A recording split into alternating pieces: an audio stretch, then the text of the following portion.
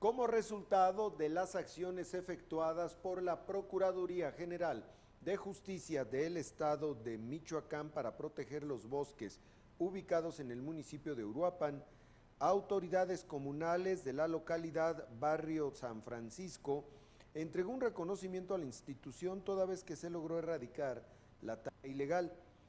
Durante dicha asamblea, el titular de la Procuraduría, José Martín Godoy Castro, manifestó que los logros obtenidos representan el compromiso que tiene la institución para preservar los bosques michoacanos y llevar ante los tribunales a quienes atentan contra los recursos de la entidad.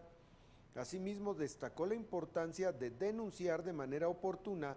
todo acto ilícito que atente contra el medio ambiente, toda vez que las querellas presentadas en el año 2015 permitieron la detención de 6 personas que actualmente se encuentran sujetas a proceso al estar relacionadas en la destrucción del bosque en esta zona.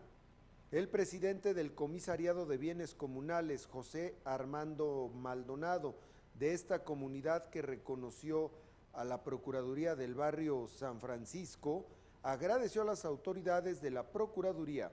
las tareas implementadas, ya que éstas han permitido que actualmente nadie haya incursionado en la región con el objeto de talar madera ilegal, como ocurría en años anteriores.